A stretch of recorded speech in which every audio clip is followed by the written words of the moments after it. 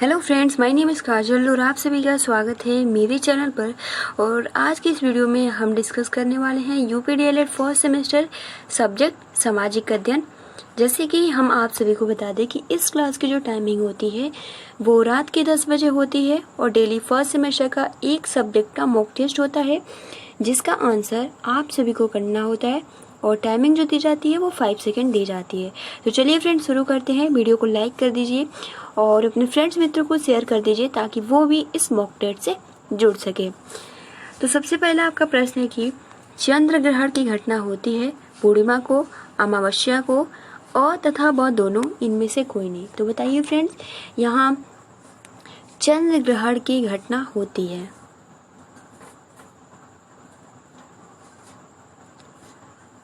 बिल्कुल सही, यहाँ चंद्र ग्रहण की जो घटना होती है वो पूर्णिमा को होती है। ठीक है। अगला आपका प्रश्न है कि सूर्य ग्रहण की घटना होती है अमावस्या को, पूर्णिमा को और तथा ब दोनों, इनमें से कोई नहीं।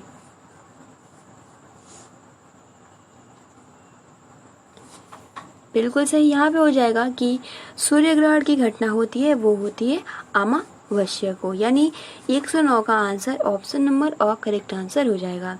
अगला आपका प्रश्न है कि पृथ्वी के सबसे दूर ग्रह है शनि, अरुण, वरुण, बुध। तो पृथ्वी के सबसे दूर ग्रह है वो कौन सा है, बताइए फ्रेंड्स।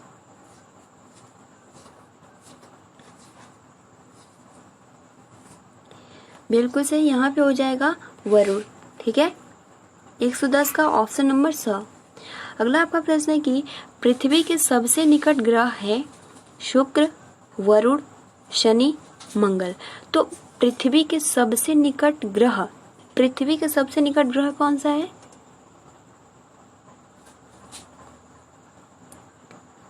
तो फ्रेंड्स, यहाँ पे हो जाएगा कि पृथ्वी के सबसे निकट जो ग्रह है वो है शुक्र। ठीक है, ऑप्शन नंबर अ यहाँ पे करेक्ट आंसर हो जाएगा। 111 का ऑप्शन नंबर अ।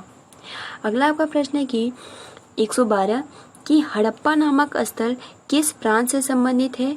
बिहार से, उत्तर प्रदेश से, पंजाब से, हरियाणा से।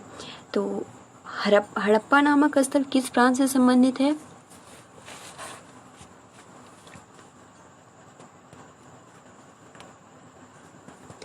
बिल्कुल सही, यहाँ पे जो करेक्ट आंसर हो जाएगा वो हो जाएगा पंजाब से। ठीक है, 112 का ऑप्शन नंबर स। देखिए, अगला आपका प्रश्न है कि मोहनजोदड़ो से प्राप्त नर्तकी की मूर्ति किस धातु की बनी थी? कांसे की, तांबे की, लोहे की, सोने की। तो मोहनजोदड़ो से प्राप्त नर्तकी की मूर्ति किस धातु की बनी थी, बताइए फ्रेंड्स।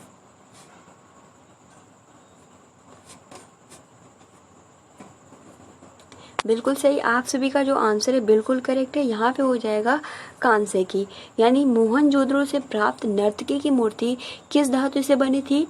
तो वो कांसे की बनी थी। अगला आपका 114 नंबर प्रश्न है जो कि बहुत ही महत्वपूर्ण है। ठीक है, ये आपका प्रश्न है कि मेसोपोटामिया किस देश से संबंधित है?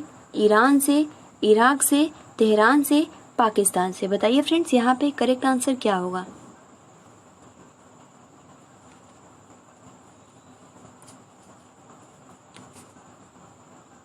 तो देखिए फ्रेंड्स, यहाँ पे जो राइट आंसर होगा वो होगा इराक।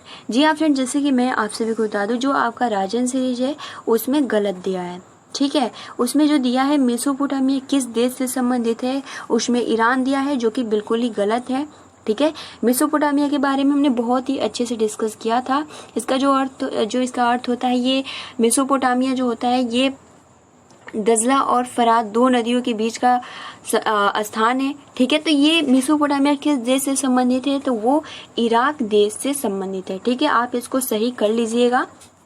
देखिए, अगला आपका प्रश्न है कि पिता शब्द हिंदी है, इसका फारसी शब्द है पाटर, फादर, पेदर, पितृ। तो बताइए फ्रेंड्स।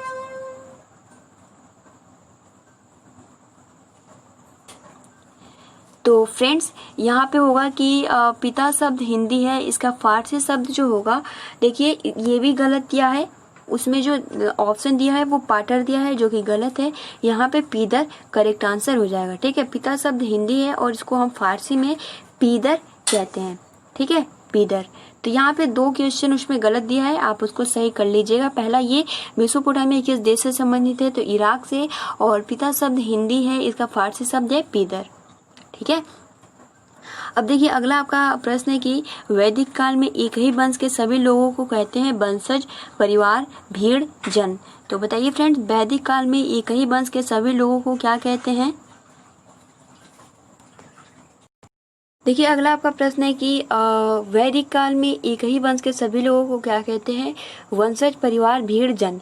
तो देखिए फ्रेंड्स, जो इसका जो राइट आंसर होगा, पहली बात तो मैं आप सभी को बता दूं कि पूर्व वैदिक काल में जो आपका दिया गया है कि मतलब कि अनेक परिवारों को जो कहा जाता था वो विश कहा जाता है। ठीक है। और कबीले के लोगों को जन कहा जाता है। ठीक है। तो फ्रेंड्स, इसमें जो वैदिक काल है इसमें ये कहीं नहीं दिया गया है कि वैदिक काल में एक ही वंश के सभी लोगों को हम क्या बोलते हैं, वंशज। ठीक है। इसमें जो बोला गया है कि कबीले के लोगों को जन कहा जाता है। ठीक है फ्रेंड, तो यहाँ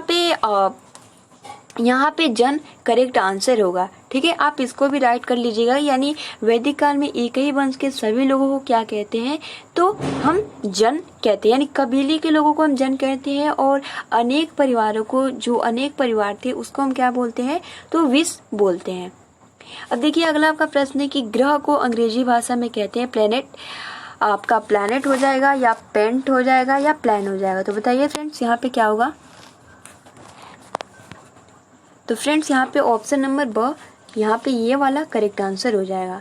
अब देखिए अगला आपका प्रश्न है कि महात्मा गांधी बुद्ध के गृह त्याग को बौद्ध ग्रंथों में क्या कहा जाता है, महाभिनिष्क्रमण, महापरिनिर्वाण, धर्मचक्र परिवर्तन, अपरिग्रह। तो बताइए फ्रेंड्स, यहाँ पे क्या होगा। तो फ्रेंड्स, यहाँ पे करेक्ट आंसर हो जाएगा कि महात्मा बुद्ध के गृह त्याग को बौद्ध ग्रंथों में क्या कहा जाता है, तो महाभिनिष्क्रमण कहा जाता है। यानी ऑप्शन नंबर अ यहाँ पे करेक्ट आंसर हो जाएगा।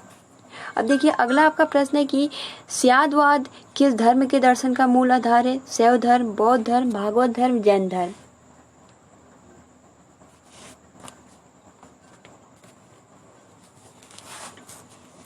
तो फ्रेंड्स, स्यादवाद किस धर्म के दर्शन का मूल आधार है, तो वो हो जाएगा जैन धर्म। देखिए अगला आपका प्रश्न है कि श्वेतांबर और दिगंबर नामक संप्रदाय किस धर्म से संबंधित है, जैन धर्म से, बौद्ध धर्म से, ईसाई धर्म से, वैष्णव धर्म से। तो बताइए फ्रेंड, श्वेतांबर और दिगंबर नामक संप्रदाय किस धर्म से संबंधित है।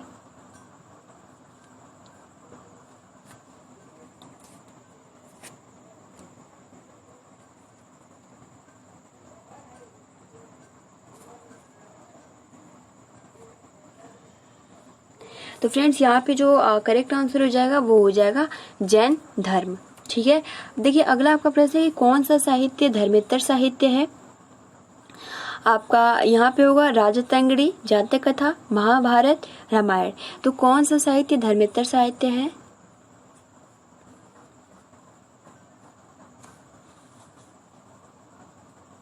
तो फ्रेंड्स, यहाँ पे जो करेक्ट आंसर हो जाएगा वो हो जाएगा राजतरंगड़ी।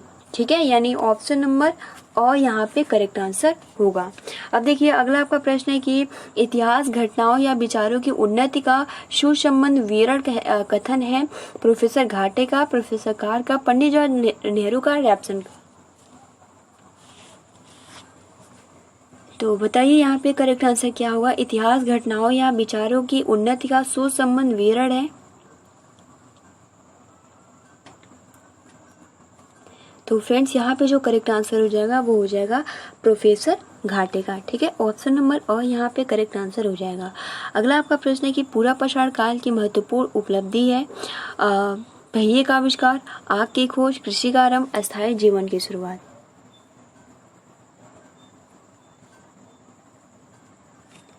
तो फ्रेंड्स, पूरा पाषाण काल की महत्वपूर्ण जो उपलब्धि है वो है आग की खोज। तो यहाँ पे जो करेक्ट आंसर हो जाएगा वो हो जाएगा ऑप्शन नंबर ब।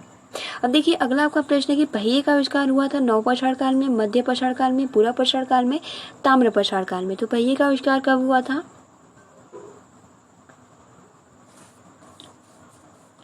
तो फ्रेंड्स, पहिए का जो आविष्कार हुआ था वो हुआ था नव पाषाण काल में। ठीक है, यहाँ पे आपका करेक्ट आंसर हो जाएगा।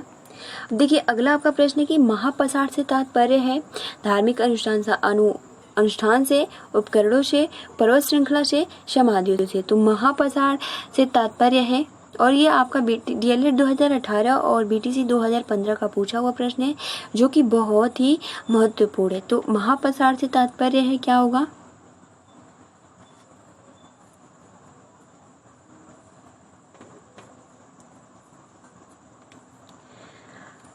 तो फ्रेंड्स यहाँ पे करेक्ट आंसर हो जाएगा पर्वत श्रृंखला से। ठीक है, अब देखिए अगला, देखिए यहाँ पे दिया है कि शाम का अर्थ होता है क्या।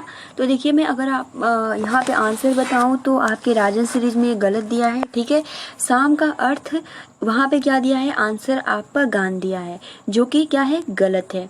ठीक है, यहाँ पे शाम का जो अर्थ होगा वो होगा स्तुति, या आप इसको चला के भी कह सकते हो। ठीक है, तो आप इसको अच्छे से याद कर लीजिएगा। शाम का जो अर्थ होता है वो होता है स्तुति। ठीक है, इसका जो करेक्ट आंसर हो जाएगा वो हो जाएगा स।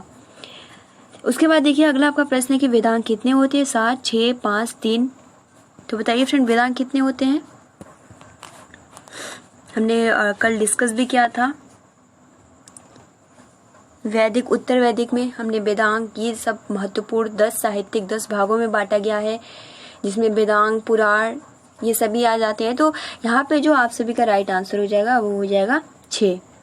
अब देखिए अगला आपका प्रश्न है कि गैर मान्यता विवाह है ब्रह्म विवाह, गांधर्व विवाह, प्रजापत्य विवाह, आर्य विवाह। तो गैर मान्यता जो विवाह है वो क्या है?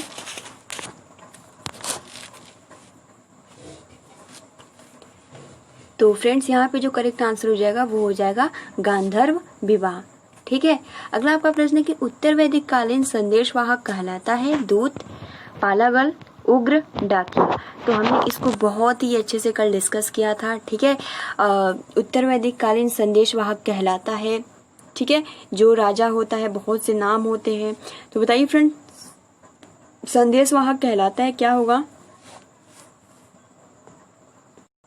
आप सभी का आंसर क्या होता है? ये जो प्रश्न है बहुत ही महत्वपूर्ण है, इसको हमने कल बहुत ही अच्छे से डिस्कस किया था कि उत्तर वैदिक कालीन में संदेशवाहक कहलाता है, दूत कहलाता है, पालागल कहलाता है, उग्र कहलाता है, या फिर डाकिया कहलाता है। बताइए फ्रेंड्स।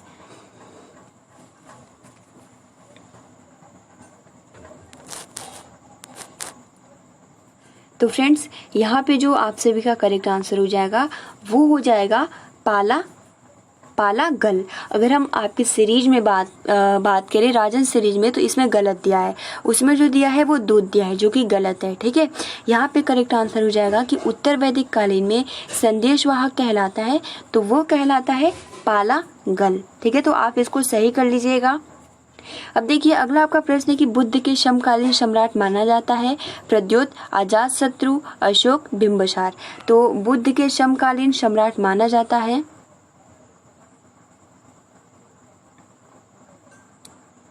तो फ्रेंड्स यहाँ पे हो जाएगा अशोक। ठीक है, यहाँ पे अशोक करेक्ट आंसर हो जाएगा। अगला आपका प्रश्न है कि राजुक थे चोल राज्य के व्यापारी, गुप्त साम्राज्य के सामंत वर्ग, मौर्य शासन में न्यायाधीश, शक सेना सैनिक। तो बताइए फ्रेंड्स राजुक थे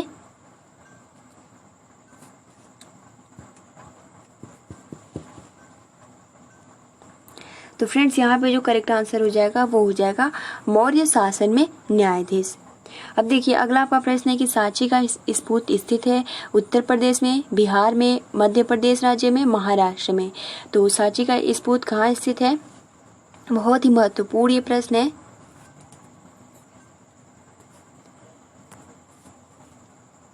बिल्कुल सही, सांची का स्फूर्त जो स्थित है वो मध्य प्रदेश राज्य में स्थित है। ठीक है, ऑप्शन स यहाँ पे करेक्ट आंसर हो जाएगा। अगला आपका प्रश्न है कि इंडिका पुस्तक के लेखक हैं कौटिल्य, मेगास्थनीज, सिकंदर, अरस्तु, जो कि बहुत ही महत्वपूर्ण है और आप इसका आसानी के साथ आंसर कर सकते हो। तो देखिए फ्रेंड्स इंडिका पुस्तक के लेखक हैं वो है मेगास्थनीज। ठीक है, ऑप्शन ब यहाँ पे करेक्ट आंसर हो जाएगा। अब देखिए अगला आपका प्रश्न है कि शक संवत 78 ईस्वी चलाया गया था कनिष्क द्वारा, अशोक द्वारा, चंद्रगुप्त मौर्य द्वारा, समुद्रगुप्त द्वारा। तो शक संवत 78 ईस्वी चलाया गया था। तो फ्रेंड्स यहाँ पे करेक्ट आंसर हो जाएगा, वो हो जाएगा कनिष्क द्वारा, यानी 134 का ऑप्शन नंबर अ। अब देखिए अगला आपका प्रश्न है कि पंचवर्षीय योजनाओं को अंतिम रूप देता है योजना मंत्री, राष्ट्र मंत्री, प्रधानमंत्री, राष्ट्रीय विकास परिषद।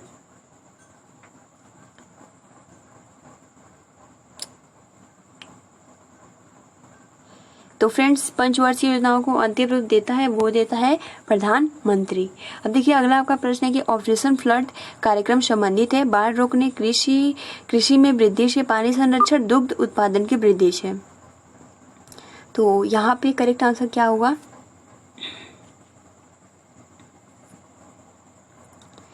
तो फ्रेंड्स यहाँ पे होगा कि ऑपरेशन फ्लड कार्यक्रम संबंधित है, वो है दुग्ध उत्पादन की वृद्धि से। अगला आपका प्रश्न है कि गद्य और पद्य दोनों में रचित वेद है ऋग्वेद, सामवेद, यजुर्वेद, अथर्ववेद।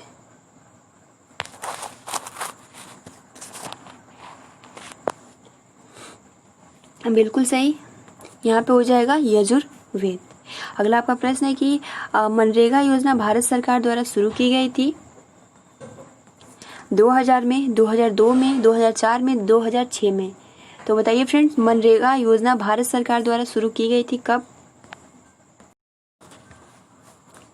तो बताइए फ्रेंड्स यहाँ पे देखिए सबसे पहले तो ये आपका प्रश्न ही गलत है कि मनरेगा योजना भारत सरकार द्वारा कब शुरू की गई थी। तो वो आपका आई थिंक 7 सितंबर 2005 में शुरू किया गया था, ठीक है। बट यहाँ ऑप्शन में 2005 है ही नहीं, तो हम क्या लगा सकते हैं? तो इसलिए हम इस क्वेश्चन को नहीं मानते हैं, ठीक है। और अगर हम बात करें राजन सीरीज की तो यहाँ पे 2006 लगाया है, जो कि गलत है, तो इसको हम छोड़ते हैं। देखिए अगला आपका प्रश्न है कि नगर निगम का सर्वोच्च निर्वाचित अधिकारी कहलाता है सदस्य, अध्यक्ष, उपाध्यक्ष, मेयर। तो नगर निगम का सर्वोच्च निर्वाचित अधिकारी कहलाता है, तो फ्रेंड्स वो मेयर कहलाता है, ठीक है। अब देखिए अगला आपका प्रश्न है कि जिले में परिवार कल्याण के कार्य कौन करवाता है? जिला न्यायाधीश, बेसिक शिक्षा अधिकारी, मुख्य विकास अधिकारी, मुख्य चिकित्सा अधिकारी। तो बताइए फ्रेंड्स यहाँ पे करेक्ट आंसर क्या होगा कि जिले में परिवार कल्याण के कार्य कौन करवाता है?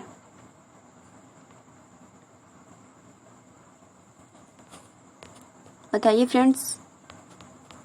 तो देखिए फ्रेंड्स जिले में परिवार कल्याण के कार्य जो करवाता है, अगर हम बात करें तो यहाँ पे देखिए राजन सीरीज में जो दिया है कि जिले में परिवार कल्याण के कार्य कौन करवाता है, तो वहाँ पे दिया है मुख्य चिकित्सा अधिकारी, ठीक है। तो यहाँ पे होगा मुख्य विकास अधिकारी। ये आप इसको करेक्ट आंसर कर लीजिएगा। अब देखिए अगला आपका प्रश्न है कि लीप वर्ष में फरवरी कितने दिन की होती है? 25, 27, 28, 29। तो बताइए फ्रेंड्स। तो फ्रेंड्स यहाँ पे जो करेक्ट आंसर हो जाएगा वो हो जाएगा 29। अब देखिए अगला आपका प्रश्न है कि लीप वर्ष कितने वर्ष बाद आता है? 2 वर्ष बाद, 3 वर्ष बाद, 4 वर्ष बाद, 5 वर्ष बाद। तो लीप वर्ष कितने वर्ष बाद आता है? तो फ्रेंड जैसे कि मैं आप सभी को बताऊं कि जो आपका हर चौथा साल जो होता है वो क्या होता है? लीप वर्ष। तो यहाँ पूछ रहा है कि लीप वर्ष कितने वर्ष बाद आता है? तो 3 वर्ष के बाद, यानी चौथा वर्ष जो होता है वो आपका लीप वर्ष होता है। तो फिलहाल यहाँ के लिए अभी जो ऑप्शन होगा वो होगा ब, ठीक है। 3 वर्ष बाद आता है यानी चौथा। अगला आपका प्रश्न है कि कन्फ्यूशियस का जन्म हुआ था भारत में, चीन में, जापान में, अमेरिका में। तो फ्रेंड कन्फ्यूशियस का जो जन्म हुआ था वो हुआ था चीन में। चीन का प्रसिद्ध दार्शनिक है लाओ त्से, कन्फ्यूशियस और प्लस ब दोनों कोई नहीं। तो बताइए फिर यहाँ पे क्या होगा? तो फ्रेंड्स यहाँ पे ये दोनों ही करेक्ट आंसर हो जाएंगे। सूर्य के चारों ओर परिक्रमा करने वाले खगोलीय पिंड कहलाते हैं क्षुद्र ग्रह, उपग्रह, ग्रह, पुष्कल, तारे। चलिए फ्रेंड्स अब आज के लिए हम अब यहाँ से हम स्टार्ट करते हैं आपके लिए क्वेश्चन, ठीक है। 2 से 3 क्वेश्चन है, ठीक है। तो यहाँ इसका जो करेक्ट आंसर हो जाएगा 145 का वो हो जाएगा आपका स, यानी ग्रह। अब देखिए यहाँ आपको 2 क्वेश्चन का आंसर करना होगा, यानी वायुमंडल के किस स्तर पे सर्वाधिक मौसमी घटना घटित होती है? ऑप्शन है समताप मंडल, क्षोभ मंडल, आयन मंडल, ब्रह्मंडल। और वैदिक ग्राम का मुखिया कहलाता है क्लोप ग्रामिक, ग्रामणी, विस्पति। तो जो वैदिक जो गांव होता है उसका मुखिया क्या कहलाता है? क्लुब कहलाता है, ग्रामिक कहलाता है, ग्रामणी कहलाता है, विस्पति कहलाता है। ठीक है, तो ये आप सभी को इनका 2 आंसर करना है फ्रेंड। तो आज के लिए इतना ही, वीडियो को लाइक कर दीजिए। और इसमें बहुत ज़्यादा गलती है, ठीक है, तो आप भी अगर इसमें कुछ आपको लग रहा है गलत है तो आप कमेंट्स बॉक्स में कमेंट्स करके ज़रूर बताइए, ठीक है फ्रेंड्स। तो आज के लिए इतना ही, ठीक है फ्रेंड। आप सभी को मेरी तरफ से शुभ रात्रि, good night, have a sweet dreams.